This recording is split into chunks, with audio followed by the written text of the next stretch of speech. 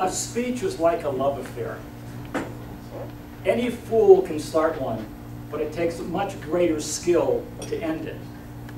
You know, I love that quote from Lord Montfort, because it really talks about what public speaking is about. It's effectively getting out of your presentation and creating something of lasting value for your audience.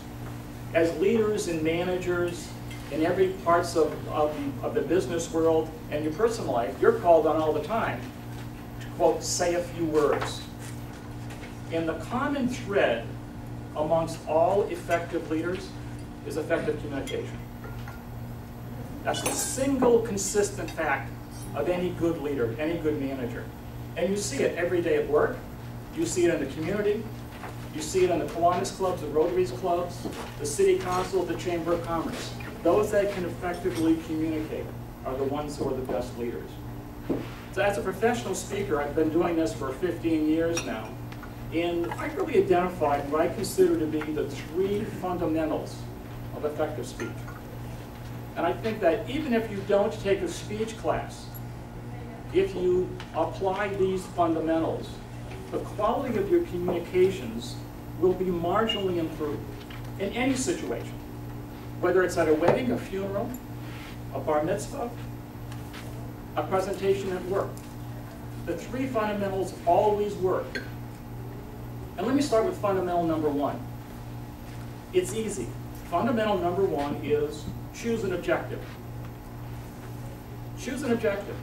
This is easy because in any presentation you will ever do to any audience, there are only but 4 objectives in any presentation.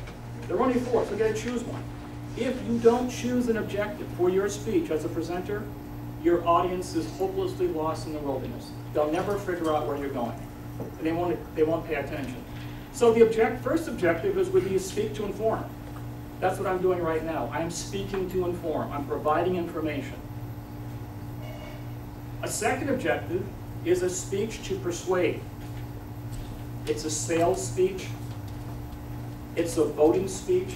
But I want to move the audience to make a decision that's in my favor. I want them to make a decision about some action. The third objective is speak to inspire or to motivate. We've seen those all the time. Those are the football coach speeches.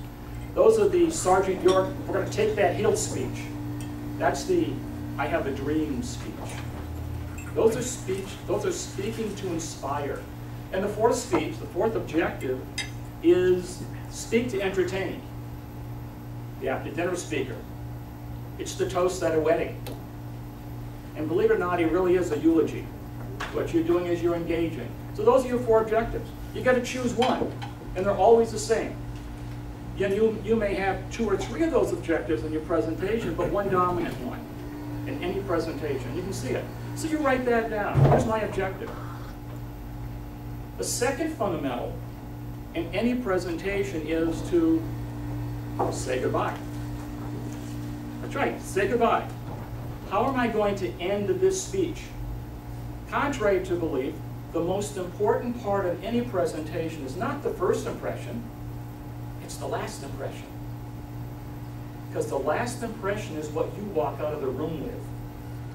That's the feeling, that's the thought, that's the action I want my audience to do. It's the last impression. It's the takeaway. Many speeches, many good speeches, take the air out of them and neutralize because it's an ineffective close. I call it the Looney Tunes close. You've all seen the Looney Tunes cartoon, haven't you? How they end every single time? Yabba yabba yabba, that's all, folks. So as a presenter, you spend hours developing the speech, you do PowerPoints, and at the end you go, well, thank you for your attention, and you walk off the stage. What you've just done is you've just punched down your presentation. You've taken all the air out of it. You've neutralized what your objective was to begin with. So once you've identified what you want to leave them with, what do you want them to do, write that down. That's the true north of your speech. That's the real purpose of why you are there. Once you've written that down,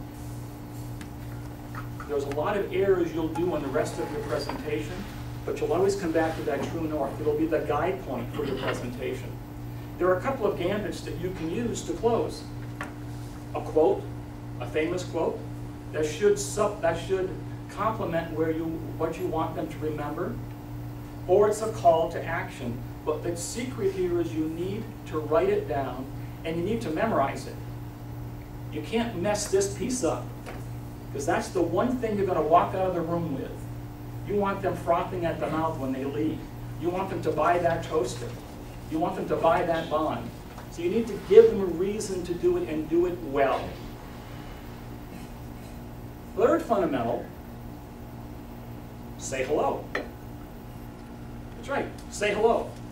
When you step into the room, you have to create some event which says, I'm here, look at me, focus on me, pay attention to me as the presenter.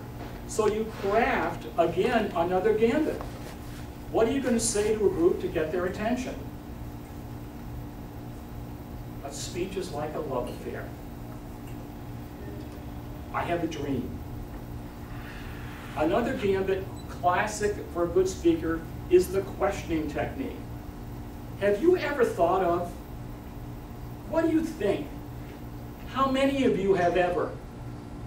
What you've done when you do a question technique on an opening is you move people psychologically and emotionally out of that complacent spot. You've gotten their attention. You're going to also signal where you want them to go, and it goes back towards your true north.